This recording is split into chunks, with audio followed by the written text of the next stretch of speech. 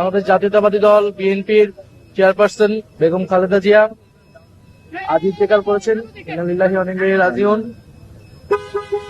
আমরা বিএনপির গুলশান কার্যালয়ে এসেছিলাম জাতীয় নাগরিক পার্টি এনসিপির পক্ষ থেকে শোক এবং শ্রদ্ধা জ্ঞাপন করতে।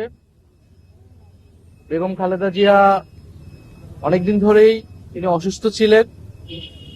আমরা চেয়েছিলাম, মহান আল্লাহর কাছে আমরা দোয়াও জানিয়েছিলাম যাতে তিনি এবারও সুস্থ হয়ে উঠেন, কারণ বাংলাদেশ যে সংকটকালের মধ্য দিয়ে যাচ্ছে 24-এর গণ অভ্যুত্থান পরবর্তী সময়ে আমাদের যেই গণতন্ত্রের অগ্রযাত্রা শুরু হয়েছে নতুন করে, এই সময় বেগম খালেদা জিয়া জাতির অভিভাবক হিসেবে ছিলেন।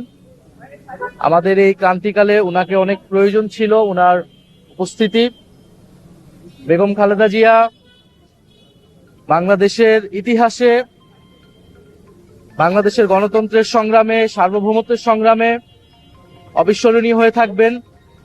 আমরা এরশাদ বিরোধী আন্দোলন, 90-এর স্বৈরাচার বিরোধী আন্দোলন থেকে ফ্যাসিবাদ বিরোধী আন্দোলন পর্যন্ত ওনার আপোষহীন যে মনোভাব, দৃঢ়তা, সেটা বাংলাদেশের গণতন্ত্রকামী, মুক্তিকামী মানুষকে অনুপ্রেরণা জাগিয়েছে।